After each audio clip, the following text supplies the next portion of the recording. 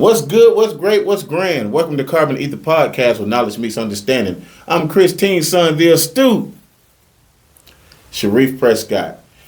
Good to be with you guys again. Thank you guys for joining us. Please make sure you hit that like, subscribe, and share button. This evening, I would like to talk to you guys about some history of this event that happened. This major thing, really, called the Red Scare. And I want to compare and contrast it to this MAGA regime that we have going on now and this nationalist buffoonery in 2025. So, we go back to the 1920s, 1917 up to 1920s. They had something called the Red Scare. I'll go into detail about that in just a moment. But as you do know, this is an informative podcast. We like to share historical information. We don't give you everything because we like to encourage you guys to go and do the research yourself. And trust me, when I say researching sometimes can be hard, deciding what information to share can be difficult, deciding how to say it can be even worse. We fumble, but we got to pick up the pieces and keep going. Mispronounce words, a whole nine.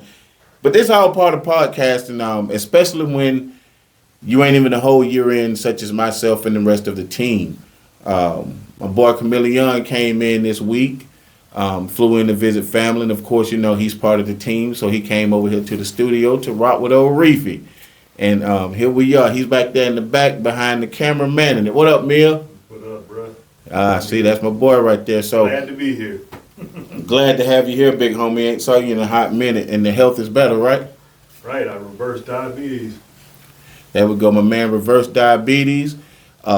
Listen, Dr. Sebi was telling the truth, and I'm gonna tell you right now, Chameleon followed Dr. Sebi to a T, and I guess I need to get him to help me out to lose some of this old stomach fat. What I got, that dad bod. I got to get rid of the dad bod. Being in the early 50s or what have you can definitely take its toll, but. Let's get the show going. Again, we're going to be talking about the Red Scare in comparison to the buffoonery of this MAGA regime and this nationalist thing that's going on in the U.S. right now. It's a crying shame what's happening to our Latino brothers and sisters. But with the recent thing that just happened in Chicago, we know we're always going to be a target, the number one target. It's like going hunting and you're looking for this killer lion or rhinoceros, like this trophy animal that you got to have. Oh, excuse me. That seems to be the thing for us melanated people, last but not least. But here it is. But before we start, I want to share with you guys. I just got this book, The Price for the Pound of Their Flesh. I'm not even going to go into detail, but think about it. The Price for the Pound of Their Flesh, and it's written by Dana Ramey Berry. You can get this on Amazon, TikTok Shop, or what have you, many other platforms or bookstores. You can get this online. You should really get it. It's absolutely crazy. The Price for the Pound of Their Flesh. Think about it. They're paying for flesh, melanated flesh, not European flesh, not so-called Indians, and you know how I feel about that whole concept of Indians. If you understand history, then you know that $5 thing. I'm getting off on a tantrum, so let me bounce back. But yeah, please check that book out, and many more books that you should check out. There's a book called The Delectable Negro, where they talk about how they fed our babies to alligators, to catch alligators and so forth. So that show you watch called that comes on that used to come on. I don't know which platform it's on. Damn, what's that thing called, Mia? Swamp People. Swamp People. Think of Swamp People. I'm not saying Swamp People. I'm not saying that. So disclaimer. I'm not saying that. I'm saying the way they put the rotten flesh of chickens and whatever else they put on the hooks and drop in the water. They would do that to the melanated babies. This is real life. Get the book, The Delectable Negro, and you'll see what I'm saying. I'm not making this stuff up out the backside of my backside. So, without further ado, here we go. Oh, and please hit that thumbs up, that like, share, And please don't forget to comment. We love your comments, good or bad. Just don't troll. Don't troll. And, and everything will be good. And focus on what I say and how I say it. I'm never saying anything to be ugly. I'm saying things the way I read it from the historical context. And if I get off the historical context that I'm reading, I'm sharing other things to make you think, like Dane Calloway. I'm just here to make you think. Dane Calloway is a brilliant brother. You guys should go follow him. He's on YouTube. He's phenomenal. That boy there, man, I'm telling you, he's been doing this for a little minute, so he's actually pretty great. But let's go. Let's dive off into the information. The Red Scare of the 1920s was a period of deep fear and repression in the United States, rooted in anxiety over communism, socialism, anarchism, and any movement that threatened the dominance of capitalism and the American status quo. Now, we know how capitalism operates here in America. Do we not? Let me say this right here. If you ain't worth a couple mil, especially like $20 million in the United States, I don't care if you are so-called white. You are nothing to those people who's running the government right now on that Republican side, the MAGAs. You're nothing. Trust me. I don't care if you're white, if you're so-called melanated, you're nothing. You have to understand this. So while you're running around here thinking that they care about you, they care nothing about you.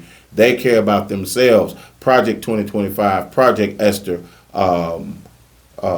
PragerU, Turning Point USA, and the rest of them. I'm telling you, these are some diabolical people, and you'll see why as I go through and compare and contrast the Red Scare to MAGA and the nationalist movement right here in 2025. Now, I mentioned the word a moment ago, which is repression. And you define repression as the action of subduing someone or something by force. Again, repression is defined as the action of subduing someone or something by force. So think about that word repression. Not depression, not recession, but repression.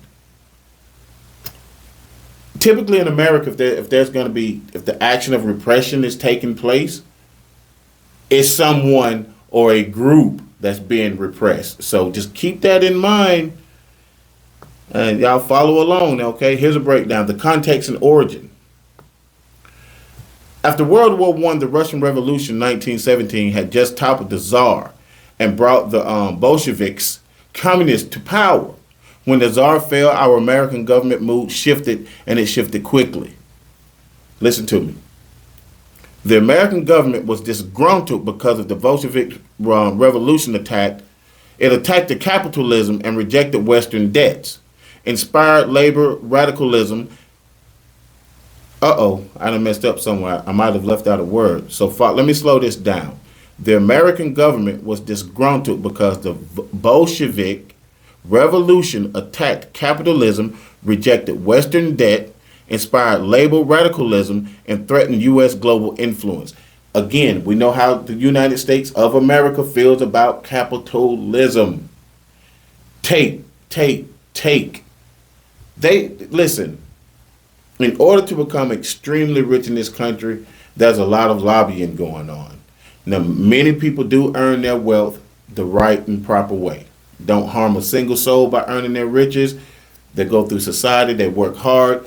Don't believe in that pull yourself up by your bootstrap, because if you pay attention, while you're trying to pull yourself up by your bootstrap, your shoestring, or your flip-flop strap, if it break, you're constantly bending over. You're not looking up because you can't pull yourself up by the bootstrap. That's a metaphor. Think about what metaphors are. Hidden meanings, almost like symbols and stuff. But as I shall continue. After World War I, the Russian Revolution of 1917 alarmed and angered the American government for several deep reasons: political, economic, and ideological. The Bolsheviks' seizure of power under Lenin represented not just the overthrow of the Tsar, but a direct challenge to the global capitalist order which the U.S. elite was deeply invested in protecting. If you look at us today, what are the elites doing? So for you MAGA supporters, you have to think about what's happening in the country today. The country is shut down.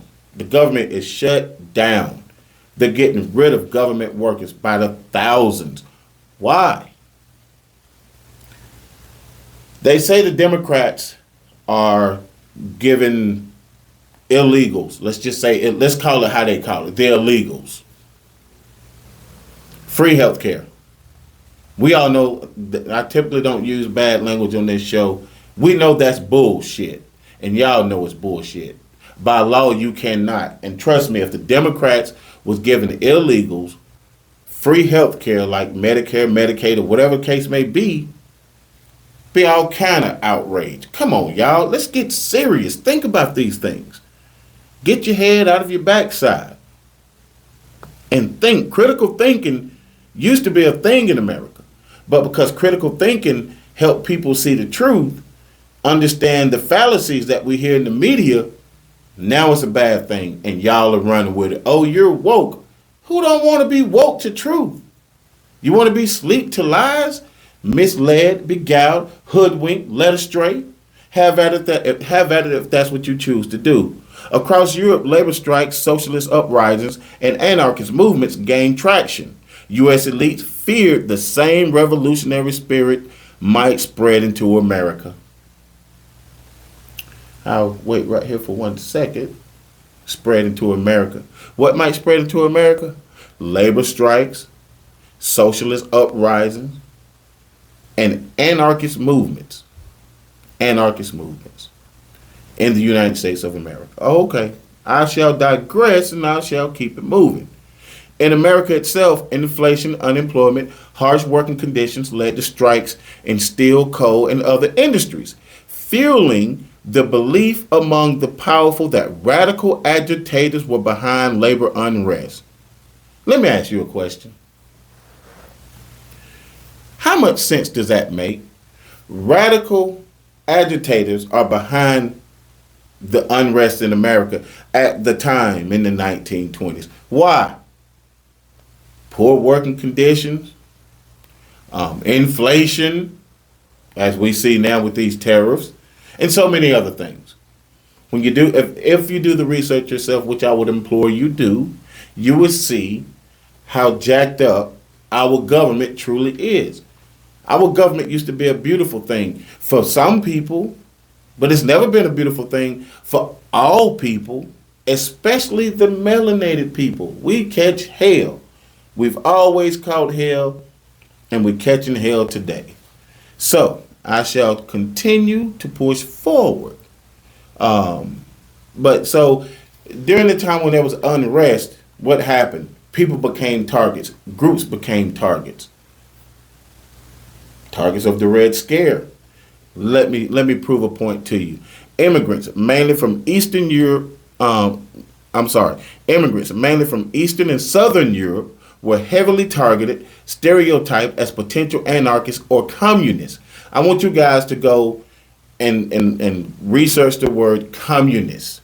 Am I a communist? No. But I will implore you, go research the word communist. I'm trying to tell you something good, but I'll keep it moving.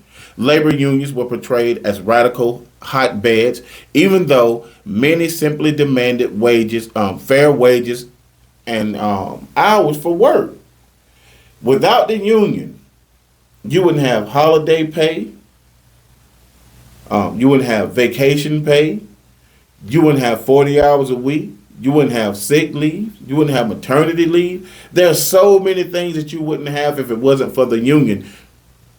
And we got people out there, for the life of me. Come on, y'all. Come on, y'all, for the life of me.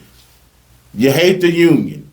But then whenever you're not getting paid for overtime, you're going to be wondering why. Because you voted to get rid of the union, just like you voted a buffoon into the office of the presidency. It's y'all's president, not mine. I'm more than happy to say it. I can't stand the entire party because they are not for the people. I'm for the people. I should have been president. we'd all be happy.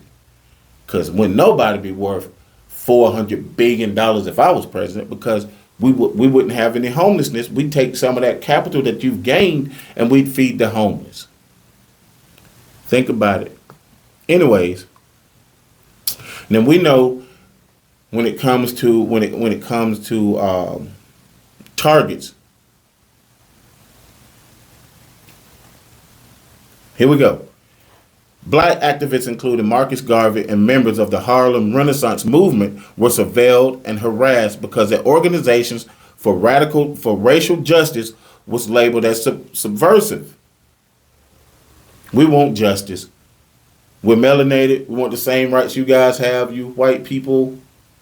Oh, you're subversive, so we're going to start watching you guys and make up stories. Anyways, I'll digress and keep it moving. Anarchists and socialist groups face direct government crackdowns. Anarchists. You know, this whole thing about the anarchist thing, you know what it reminds me of? Antifa, which is now considered to be a terrorist organization. I don't know how in the hell Antifa could become a terrorist organization, but under this regime, Santa Claus is real. That's how Antifa became a terrorist organization. Do you know what Antifa means?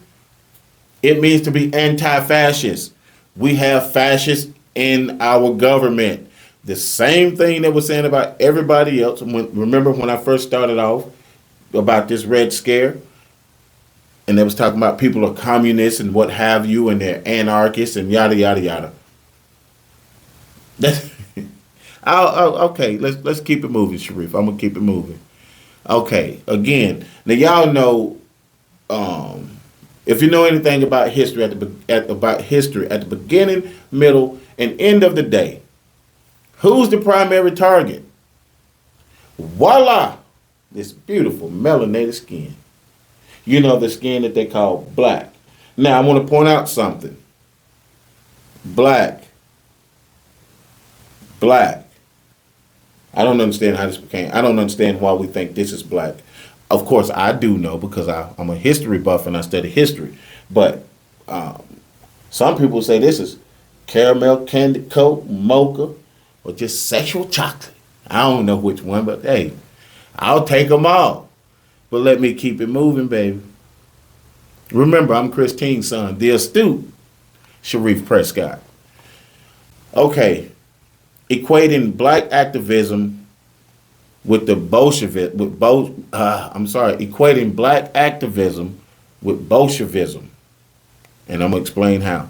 The U.S. government and white newspapers often claim that Bolshevik agents were stirring up black unrest in the South. Now, how in the hell they going to come all the way from over there, from Russia or whatever it was called at the time, to the Americas, to the South, where they have an accent, before Jim Crow, and shake up black folks. Get out of here.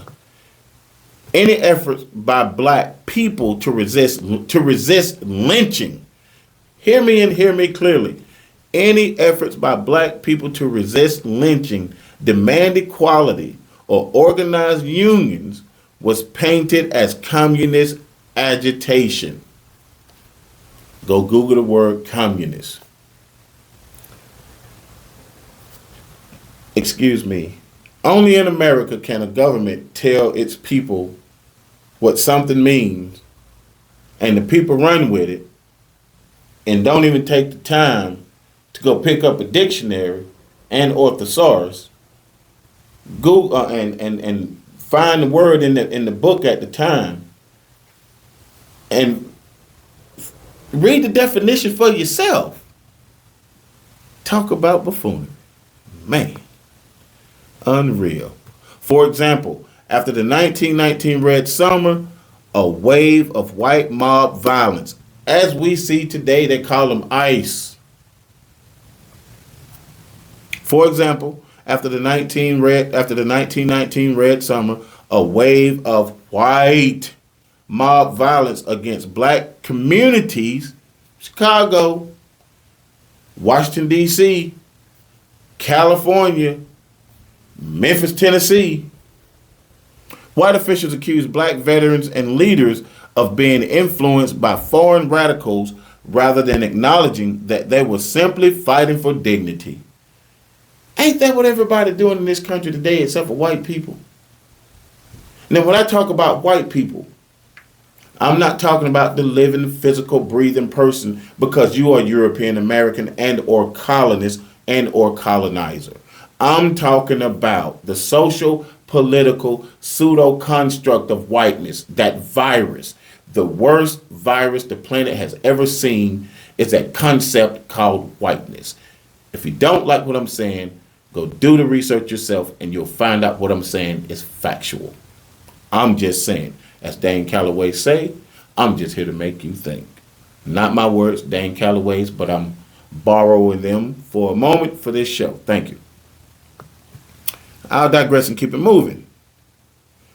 Targeting black veterans. Now we've seen several movies where our melanated men went across the waters, fought in these wars, come back, white men get praised, they get houses, they get all kinds of stuff, get money to go to school, they get all sorts of things. Black people come over, they get absolutely nothing.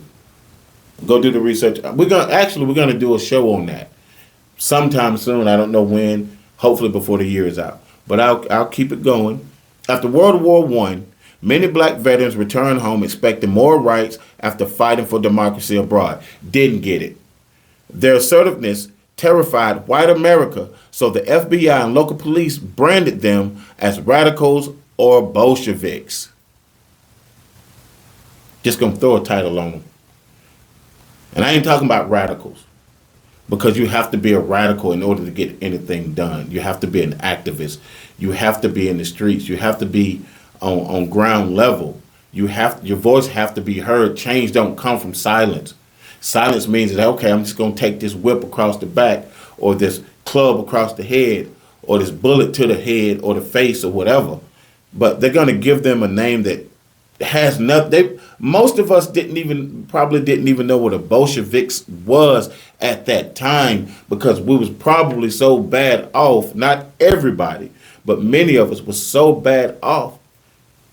We didn't have time to think about this because they was out there working. But these are the titles that they're going to give us: radical or Bolsheviks, a Russian thing. But anyways, this gave cover to lynching and violent suppression, such as the Chicago race riot of 1919. Ooh, Chicago race riot of 1919. What about Chicago and ICE in 2025? What we going to call that in the history books? I don't know. We're going to have to wait and see. But, the Chicago race riot of 1919 and the Elaine massacre in Arkansas, where hundreds of black sharecroppers were killed after trying to organize for fair pay. Oh no, we're going to kill the hell out of y'all. Y'all ain't messing up our money. And then you uppity ends, ninjas, want to talk about fair pay? Who the heck are y'all to talk about fair pay? Y'all are ninjas. If you know what I mean when I say ninjas, I'm not saying hi-ya, kung fu style, throwing stars and what have you in masks. Well, maybe I should be called ninjas. They're running around in masks, terrorizing people. Anyways, I'm just saying. But, at the beginning, middle, end of the day, again, we're always the end all, be all, end all. We melanated people are the ones that they can't wait to get to. They say, you know how they save dessert for last? That's what we are right now. We're the dessert. After they finish terrorizing everybody else, they're gonna come and finish us off. We're their dessert. It ain't gonna go like that right there. I'm here to tell you, not in America in 2025, not in the world in 2025. Burkina Faso forever. Ibrahim Traore. The U.S. government under Attorney General Mitchell Palmer launched the Palmer raids in 1919 through 1920. Thousands of people without evidence were arrested, detained, and deported. Who's doing that right now? ICE? ICE? Come on, people. Especially you so-called white people. Y'all really need to start. Y'all, listen. Even though you're not, for you white people that's not in the government, that's not working inside the government, you guys are the ones that need to do the reading. If y'all do the reading and the research and start speaking loudly and clearly, standing in unity and solidarity with everybody else, a lot of this stuff wouldn't even happen. A lot of these things are happening because you guys are so blindly complicit. Damn it, boy. Anyways, let's keep it going. The newly formed FBI under J. Edgar Hoover, then a young man, cut his teeth during these raids using surveillance and informants. Cut his teeth mean he got his footings. You know, he started making a name for himself by targeting whom? You know, us melanated people. Free speech and dissent was suppressed, publications were banned, and people were jailed under laws like the Sedition Act and Espionage Act. Free speech, what's happening? They don't want us talking right now. We have a so-called president, which is so-called a pedo dent, which is so-called a grifter. There's so many things we can call that orange thing, but you know, I'll digress and just keep it moving. Free speech and dissent were suppressed, publications were banned, and people were jailed under laws like the Sedition Act and espionage. Y'all, you can't make this stuff up. This is American history that we don't get. Again, I need you white people to go and do your research. Melanated people, y'all just need to put them red bandanas and blue bandanas and all them signs and stuff y'all throw up, talking about you gang and all this stuff. Man, come on, man. You ain't gang. You don't own nothing. If you want to be a gang of brothers that's uplifting the community. Be a gang of sisters that's teaching young ladies how to be ladies. I can go on for days about this gang thing. I used to be in the streets myself. Never in a gang, but I was in those streets. And I can guarantee you, my name resonates in them streets. Sharif Prescott, I was a bad boy. Good with them hands. But anyways, let's keep it moving. I'm through with that lifestyle. It's all about uplifting, informing, and staying on that track to bring other people, men, women, and children on the right track. That's what this podcast, Carbon Ether, is all about. You know, is educating ourselves, getting some history in. But we got to pay. Let's continue on, and please pay attention. The culture of fear. Bombings by anarchists in 1919, including one near Palmer's house, intensified paranoia. We know how the American government would go out and do something and say that somebody else did it just to create hysteria. Anyways, newspapers and politicians stoked hysteria, framing radicals as enemies, and the American way of claiming radicals as enemies affecting the American way of life. What does Fox News do? Tell all kind of lies. It's a propaganda station. All you got to do is Google it. You'll see where it says that Fox News is nothing but propaganda. Ronald Reagan back in the 1980s made propaganda legal in media. Come on, y'all. And then there's some of you guys that I used to run the streets with. Some of you white guys back in the day I used to run the streets with on here talking. If I would have known that you was going to grow up to be the white man that you are today, I wouldn't have been fooling with you back in the day, because it's obvious what you've become. Your whiteness is showing, not the whiteness of just being a regular, cool, great, wonderful person, but the whiteness where it's almost like you agree with the ugly. No, it is the fact that you agree with the ugliness that's happening to us and to the Latino community and to any other community that's not white. We in 2025 and we still talking about white? Come on, y'all. We got to do better than this. This is crazy. Anyway, let's keep going. Ordinary citizens were pursued. Ordinary citizens was pressured to conform. Ordinary citizens was pressured to conform. Suspicion could destroy reputation, jobs, and lives. What was it pressured to conform to? Tell them, just say that that you are what they say you are when you're not. Or you're going to conform to, and you're going to assimilate. You're going to be docile. You're going to do what we tell you to do. You're going to chill. You're not going to have a voice. You're going to be subservient. That's what this means. I'll keep it moving.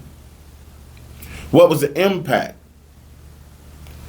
The Red Scare hardened America's suspicion of socialism and leftist thoughts for generations. Let me say that again. The Red Scare hardened America's suspicion of socialism and leftist thoughts for generations. You know what? Look where we are right now, generations later. Who's the enemy of the people of the state, as that pedo and chief says? The left, right? It's the left. You guys are letting political parties drive a wedge in between an entire country. I can see how we, sometimes as family members and friends, can cut one another off because we may not understand. Those people up top that's in politics, they understand what they're doing. We don't understand what they're doing to us. It's the same old blueprint, the same old bull crap, divide and conquer, and yet we continuously do it. Some of y'all got biracial kids and you're white. Your kid ain't gonna never be white because by American science, any drop of black blood make a child black, whether you like it or not. This ain't Sharif saying it. It's American science saying it. We came a long way from the pseudo, science that we used to have to hear about. They forced upon our people and the world. And without us, America would not be where it's at because the inventions come from us. They're just stolen, rebranded. About like our culture. America has no culture but without black culture. Rock and roll is ours. Blues is ours. R&B is ours. Gospel is ours. The style, the fashion that, all the greatest brands out there, the top brands, I ain't going to call your names. But we know who they are because we got to have it. That's our shit. You take the logos and stuff on the Gucci and the Pradas and what have you, you go back. You find out that comes from over there in Al-Kibalon, which is called Africa. Y'all just know of it as Africa, but it's called Al-Kibalon. But I'll digress and keep it moving. Boy, I love doing this shit. Excuse my language. Chameleon, I put a dime in the pot in a minute. Anyways. Also country. Country music, banjos, all that stuff is ours. But you guys take things from us and then you plan on trying to keep us out. Why do you want to keep us out? We don't want to kick y'all out when we come in and our vocals and voices are higher. I'm just saying, listen, we can all live together, play together, laugh together, cry together. America can do all of that if we get rid of these people with this I want to be in charge mentality, with I'm more superior than everybody else. We have to move past these things. But anyways, I'll digress and keep moving again. Let me see. What was the impact? I said that part. It justified immigration restrictions. We're dealing with that now. Like the Emergency Quota Act of 1921 and the Immigration Act of 1924, which favored Northern, Western Europeans and heavily limited immigrants from undesirable regions. Shithole countries. That's what he called them. Undesirable regions. Those are the shithole countries. That's the black and brown countries. Those people that eat the dogs and eat the cats. Boy, I tell you. It helped cement the FBI's role as an internal policing of thought institution. It helped cement the FBI's role as an internal policing of thought and institution. What did? I just read it for you. The justification of immigrant restrictions, like the Emergency Quota Act of 1921, the Immigration Act of 1924, which favored Northern, Western Europeans and heavily limited immigrants from undesirable regions, shithole countries. It marked an early peak of state repression of dissent, setting the stage for the later McCarthy-era Red Scare of the 1950s. Now, boy, if y'all don't know about McCarthyism, y'all in for a ride. And trust me, I'm doing one on McCarthyism because all these things are important. This era of Trumpism is like McCarthyism 5 times over. Y'all ain't ready for it, though. I hope you are.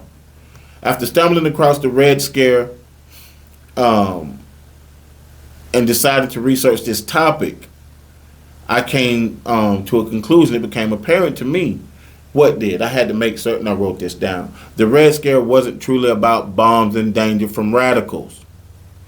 It was about protecting capitalism, racial hierarchy, and elite control by branded dissent, whether from workers, immigrants, or black activists. Everybody but white people. And if the white people decide to become activists and stand in unity and solidarity with anybody else, that was called the N word or whatever else, and that was treated harsh just the same. But I do salute and thank all those so-called white people that whose life was taken, unfortunately, because they stood in unison and solidarity with anything but white. That's a contribution that can't be topped, and I do salute those from the past who perished alongside people that look like me. I'm definitely grateful, and it's not to be taken lightly. And okay, so now I'm going to go into like some real extreme parallels, but well, not extreme, but some real parallels between the 1920s Red Scare and Trumpism in 2025, targeting dangerous ideas. 1920s communists, anarchists, and socialists were branded as threats to American democracy, even when many were simply workers demanding fair wages or black activists demanding justice. Oh, really? Today, movements like Black Lives Matter, anti-war activists, or environmental activists are sometimes labeled as extremists or terrorists. Can you believe that? How about these, Coach? In official reports, despite their goals being justice-oriented. I kind of stumbled also in case you guys didn't understand what I was saying. Today's movement, like Black Lives Matter, anti-war activists, or environmental activists are sometimes labeled as extremists or terrorists in official reports, despite their goals being justice-oriented. They're out in the streets. They're going to their local politicians' offices or standing outside protesting for justice. And guess how they're labeled? Extremists or terrorists.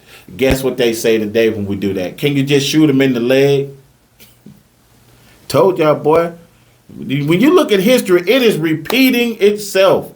No matter how you look at it, no matter what you think, you don't know it because you don't study history. You don't want to watch something that's not entertaining. If it's educational, if it's going to drive thought, if it's going to push thought, if it's going to create thinking, if it's going to give you some critical thought outside of your norm where your thought process, your psyche is depleting, getting rid of cognitive dissonance.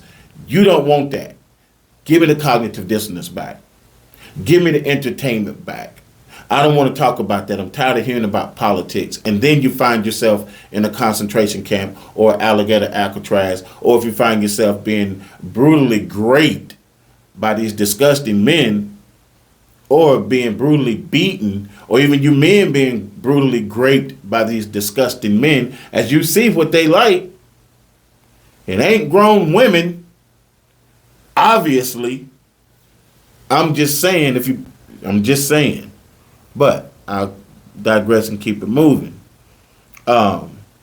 Today, mass surveillance like COINTELPRO style infiltration and domestic terrorism watch lists focus on activists, especially those tied to racial justice. Still racial justice.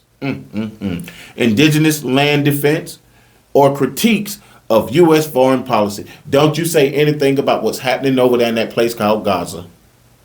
Don't say nothing. If you do, you can lose your life, your career, everything. You'll lose everything when it's obvious what's happening. And he even comes out and say it from time to time. But we can't say nothing, which is why they're buying TikTok. I'll digress and keep moving. But you know what it is? The same functions. They're going to criminalize dissent. Why would they criminalize defense, you might ask me? Well, now I'll say, well, if they don't criminalize defense, then the resistance will become real. It'll grow. And what happens when you have a resistance? Unrest. The people aren't going to be unhappy and at war with one another. Who are they going to be at war with?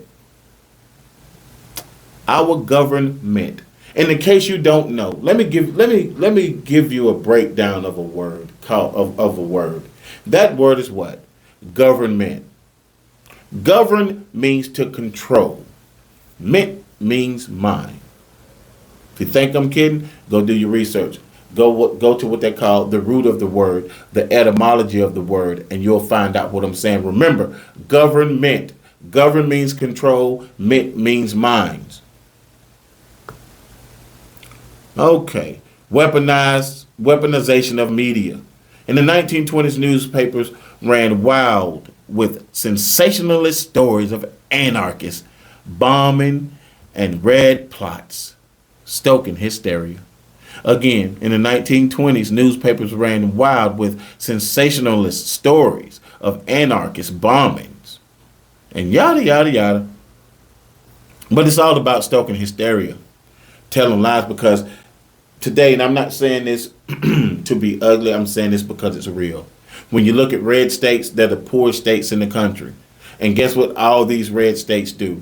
They vote for the people that's oppressing them, that's taking their health care, that's closing rural hospitals in rural areas and so forth. I don't freaking get it. Y'all have to stop looking at skin tone, thinking because that person looked like you, they have your best interest at heart. They don't care nothing about you. You are the undesirable that they don't want to see.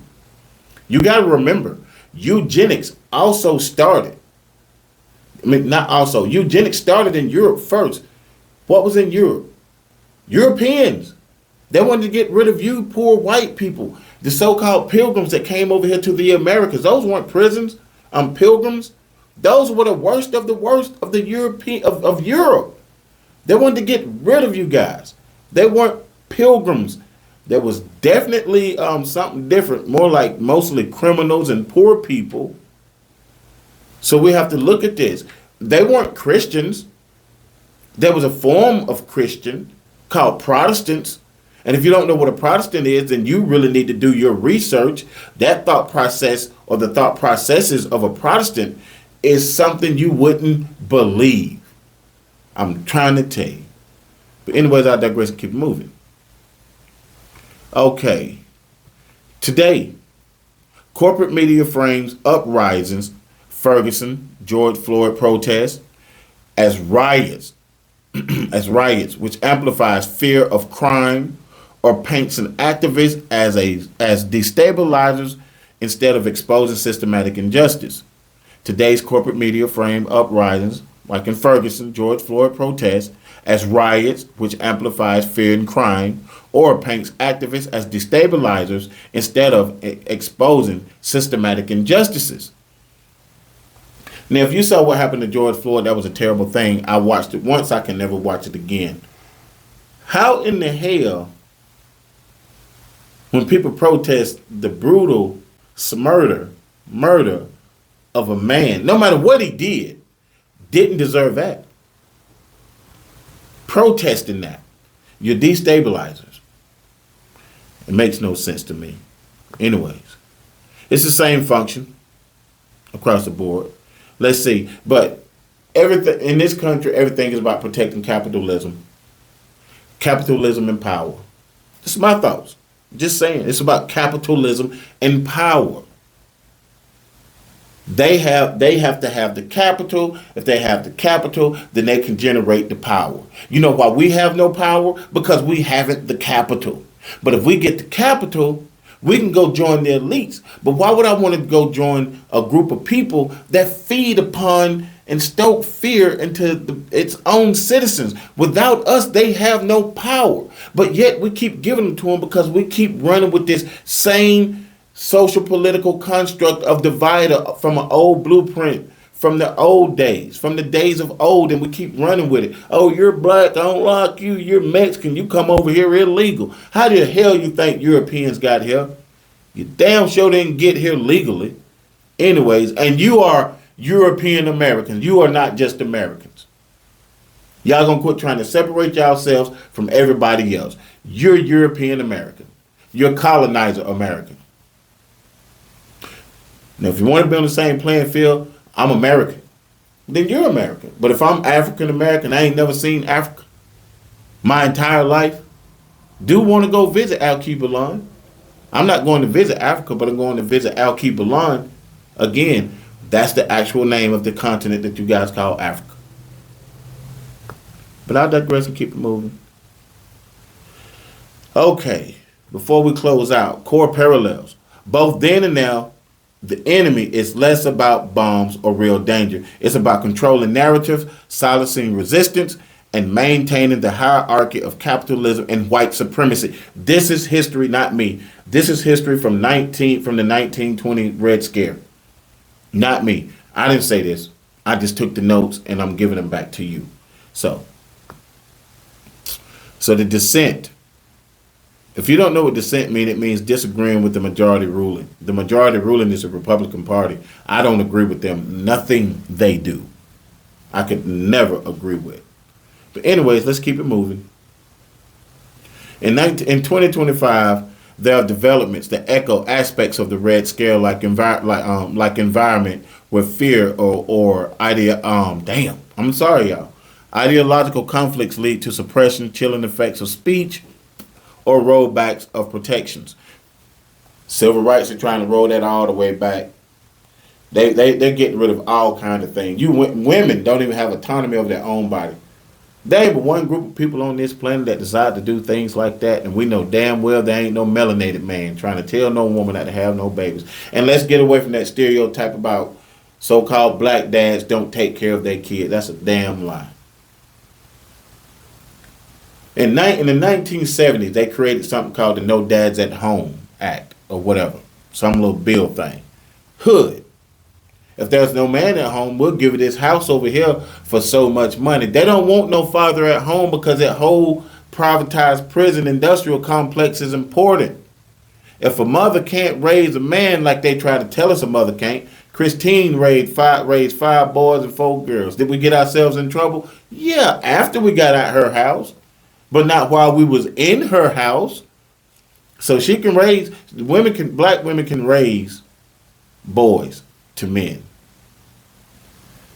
It's other aspects and relics out there that's controlling the mind and the subliminal that we don't know about, especially this music with this low frequency. I'm telling y'all, everything runs deep. But anyways, I'll digress and keep it moving. They're going to protest speech and legislation. They're trying to destroy academic freedom of universities and foreign students. They just terrorizing foreign students, man. They don't stand a chance in hell. Civil rights being repealed, or they want to repeal civil rights, and so forth. So, as I stated, I'm sorry about the coffee. My throat got a little dry. Talking too much. But anyways, I wanted you guys to understand, if you look at history, that's the 1920s. From 1917 through 1920s. Look at what we went through. And now we're dealing with the same thing in 2025. Something is seriously wrong with America. It's called closeted racism out in the open. It's called closeted bigotry out in the open. It's called white nationalists out in the open. It's called Christian nationalists out in the open. It's called extreme stupidity out in the open. It's called extreme complicity out in the open. It's called identity politics out in the open. It's called lie after lie on the other side out in the open. It's called demonize anybody that's not white, cisgender, male, Christian nationalist out in the open.